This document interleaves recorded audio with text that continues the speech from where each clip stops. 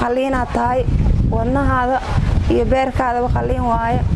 intaasna waxa iga sii dheer isbuuc kasta in caloosheeda biyo laga meero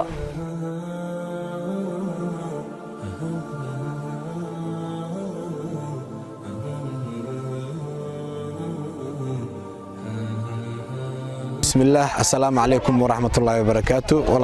walaalayaal halkaan naga daawanaysiin waa page-ka aan ku leenahay Facebook ee Afgooye Media Show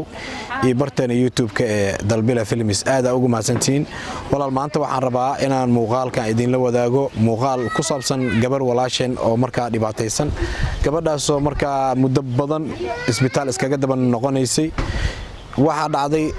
in ay tagto in ka badan 3 isbitaal gabadha caloosha ay biyo ugu furmeen ama 3 maalin kadib waxay u baahan tahay biyihii markaa in laga soo miiro saa awadeed gabadhina gabar markaa iyadana xaaladeeda ay markaa ay waxaysanin waaye waxaan idin ka rabaa markaa inaan wax yar idin tuso gabadha xaaladeeda ama markaa siday kaga falcelinayso muuqaalkan idankan waxaan idin ka codsanayaa muuqaalkan hadii uu ni soo gaaro inuu xil weyn idin ka saaran yahay hadii noqon lahayd inaad garab ka siisaan oo ka caawisaan iyo hadii noqon lahayd inaad u sii share gareysaan muuqaalkan si dadka wax baxsado uu sii gaaro muuqaalkan waxaan u dubnay gabadha ma ahan anaga in isbitaal hadda la geeyo ama 3 maalin kadib biyaha laga miiro ujeedka wuxuu yahay gabadhan muhiimadeeda in wadanka aan wax loogu qaban karin la sheegay waxaan rabnaa in markaa sidii dibadda loogu qaadi lahay ama looga soo falceli lahaa aad wax ka qabataan insha Allah marka hal mar waxaan rabaa inaan ni tuso gabadhi siday markaa iidan muuqeedo oo yahay ama hadalka ay markaa ay ku hadlayso si aad ugu falcelisaan ila socdo hal mar waxaan gali doonaa gudaha oo markaa ay ku jirto gabadha السلام عليكم ولا مسلمين تمام كستا joogtaan awlan waa idin salaamay magacaydu saddexan Saciid Siido Xuseen aan shiroblo waxaan ahay gabar oo xanuunkeeda ka caawinayso oo inta soo isbitaal oo ay dhahayaan biyahaada caloosha sabiyo isbuuc kasta laga meeraa isbuuc kasta biyo caloosha laga meeraa ciladaada waa wadnaha iyo beerka Soomaali wax laga ma qaban karo ayaa leedahay anigana meel kale ina aadama awoodi waxba ma haysti ilmana ma dhalin ninna ma qabo garoob ahay ciideedina waxba ma haystaan intaas ma Soomaalida qaaran isoo aruurinaysa isbitaalada u geenaysay isbitaaladii waxay dhaheen qaliina tahay wadnahaada iyo beerkaada qaliin waaye intaasna waxa iga sii dheer isbuuc kasta in caloosheeda biyo laga meero waa rafaaday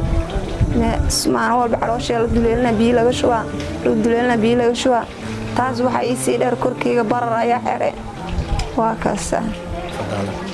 عفدي تلو أو حاول أفجوي أكتيس إبادية قدرت أنا أفجوي أنا جو شالي أنا أفجوي ماذا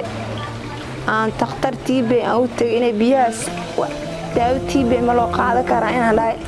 وحيله هن داودا تيبي مقاعدة كرت بيرك يا كجرنت بيرك هذا بي ولا وحكومة قوكرنا daawadayaal sida aad maqlaysaan ama marka aad arkaysaan gabadhan walaasheena ah way dhibaataysan tahay annaga wax kale oo qaban karna ma lahan waxa marka ka saacideynaa inaan muuqaalkan ka tawino ama marka bulshada aan soo dhaxdhigno oo marka ninkii ka falceli kara ama ka garab geesan kara oo garab gabadhan oo ka siiyo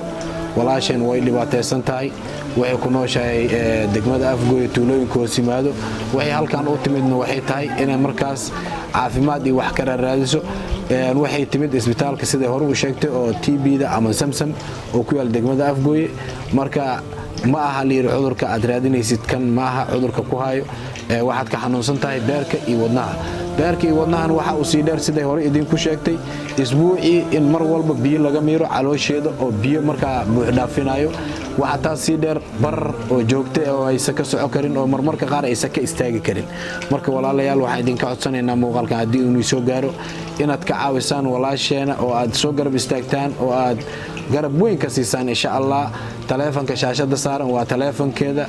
nin walba marka muuqaalkan uu soo gaaro walaal hadii aad xataa aad wax marka aad u qaweyso xitaa u sii share garay muuqaalka si dad badan oo sii gaaro aad ugu mahadsantiin halka naga daawanaysiin waa barta Facebook aan ku leenahay Afgooye Media Show iyo barta YouTube ka aan ku leenahay magaceeda la yiraahdo Dalbila Films aadaan ugu mahadsantiin waxaan idin sugaynaa inaad ka falceli doontaan insha Allah haduu Ilaahay ka raali noqdo. Assalaamu alaykum wa rahmatullaahi wa barakaatuh.